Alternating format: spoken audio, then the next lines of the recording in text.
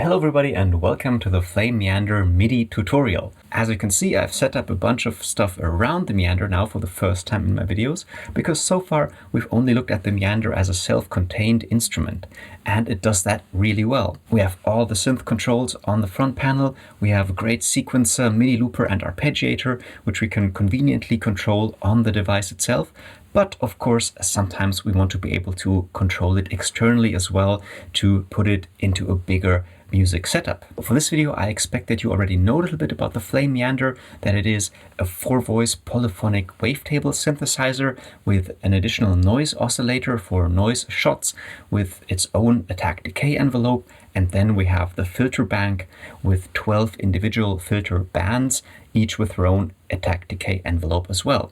And we can sequence all of this on the device, like I said, the oscillator polyphonically with its own polyphonic sequencer track, and then we have 14 additional trigger sequencer tracks for the external input, the noise, and the filter bands. Now, when it comes to MIDI, the meander also differentiates between those two things, the oscillator and the trigger tracks. And this is very important to understand. The oscillator, or our synthesizer, is polyphonic, and of course you can play it pitched, with a keyboard or with the onboard keyboard as well.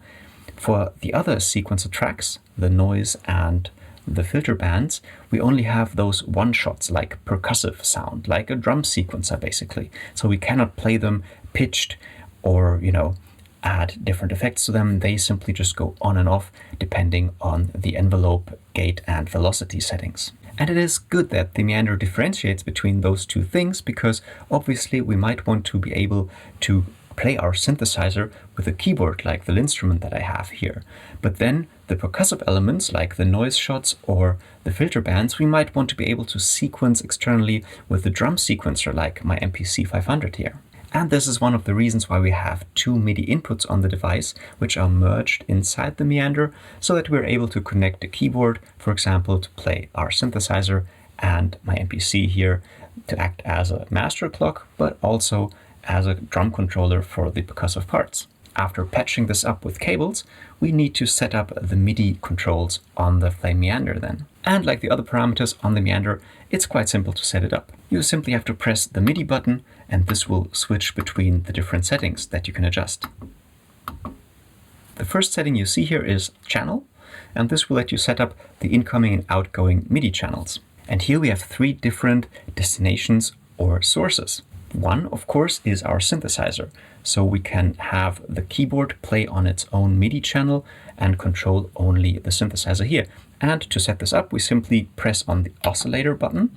So now we want to select the channel for our oscillator or our synthesizer. And this is currently set to channel 1 here, but I can use the encoder to set it up to a different channel. But right now, my keyboard is set to channel 1 as well, so I will just leave it at channel 1.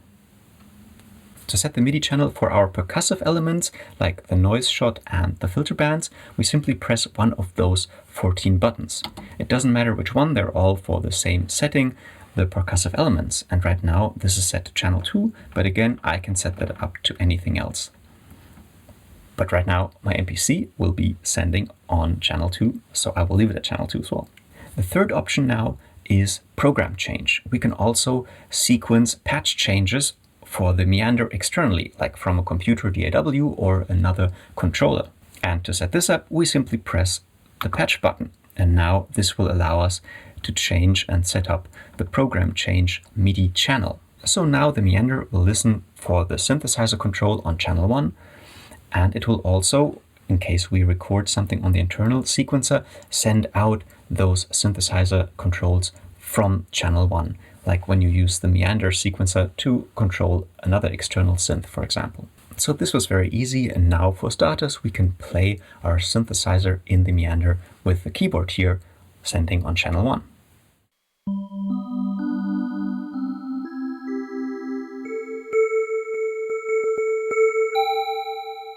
And as you can hear, we can play chords because it's 4-voice polyphonic, and it also listens to velocity. Of course, the meander also accepts pitch bend messages, and on my instrument controller here, this is simply done by sliding or wiggling the finger on a control pad.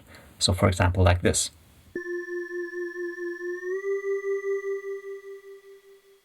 What we can also do is control all of our synth, filter, and shot knobs with MIDI control change data.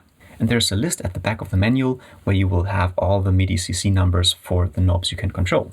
I've set this up on my instrument on the right side here, so those rows are CC sliders, and the first one controls the filter cutoff here.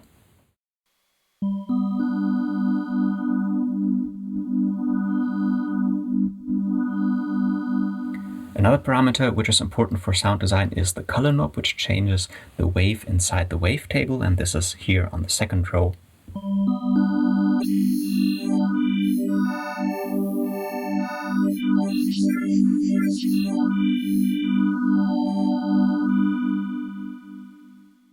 And like I said, all the other knobs here can be controlled via MIDI CC as well. So this is extremely powerful and really the way you want a high-quality desktop synthesizer to work.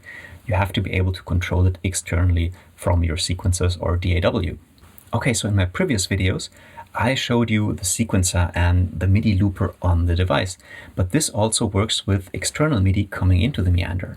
So if my oscillator track is unlocked and I press start, then the MIDI looper will record here on the first bar, and I can simply enter notes now with my keyboard.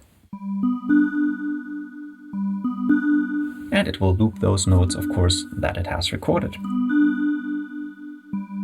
I'll simply clear this by holding clear and oscillator. And I can also use the resolution knob for beat repeating, like I already showed you in a previous video. So I will set that up to 16th notes, and when I play a note on my keyboard now, it will repeat it.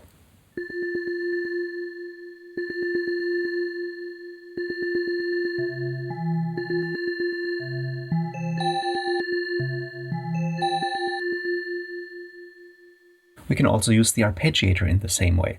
I'll start the sequencer and then I'll go into the arpeggiator mode, and now we simply hold our notes on the keyboard. And of course we can set the speed for the arpeggiator.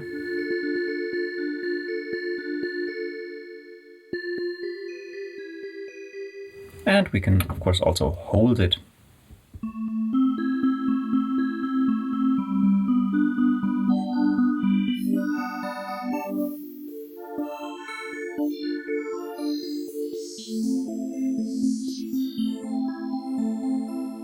So again, it works just the same way as with the onboard button keyboard here. All right, now let's have a look at controlling the percussive elements, the noise shots, and the filter bands.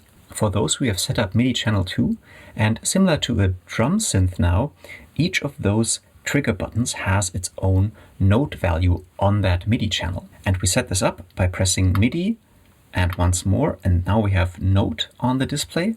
And then we can simply press, for example, the noise trigger, and this is note number 37 right now, for example, and then we just go through the different filter band triggers, and we can set up with the encoder the note values that we want to use to trigger those channels. On my MPC 500 here, I've set up the pads so that they send those note values, so I can use this pad controller now for the percussive elements.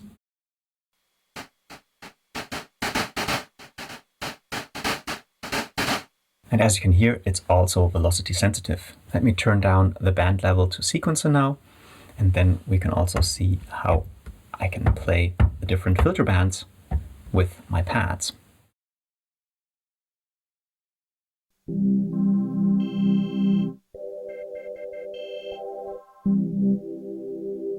Having this set up now allows me to use both my controllers to send notes into the sequencer.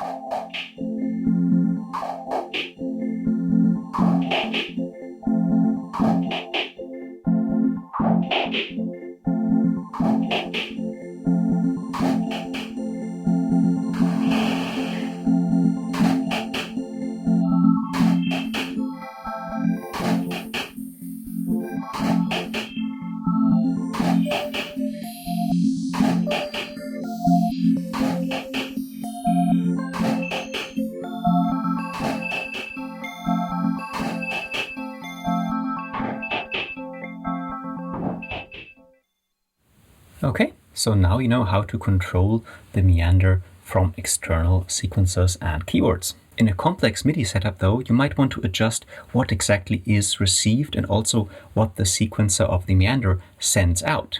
So this is also possible in the MIDI menu, so let's look at that now real quick. First, of course, channel setup, we've done that. Then note number setup for the percussive parts. And then the next one is TRT, or the transmission. And this is what the meander will send. And this works the same way as the other controls for the MIDI settings as well. You simply press the oscillator and can switch this on or off with the encoder. So if it's off, then the sequencer will not send any synthesizer oscillator sequences out of the device, out of its MIDI output. Same for our percussive instruments. We can send that or not. And here we can also set up the clock. We just press tempo and then we can set MIDI clock output on or off. And when we wiggle the resolution encoder here, we can also turn MIDI CC sending on or off, because all those knobs will send CC data on their respective CC number. Pressing MIDI again switches to receive, and this is the same as we did right now. We can switch the reception of keyboard data to the oscillator on or off. Same for the filter bands and so on. Press tempo to switch MIDI clock input on or off. If it's on, it will automatically detect if a clock is coming in. So when I press on the MPC, the play button, then we can see our sequencer starts as well. Pressing stop stops it. And when we turn that off, now it will not play with the clock from the MPC. And the last item of the MIDI menu, quantize, will turn off or on the 16th quantization of the sequencer recorder. So when you play a sequence, you can either play unquantized or quantized to the beat. And that's it.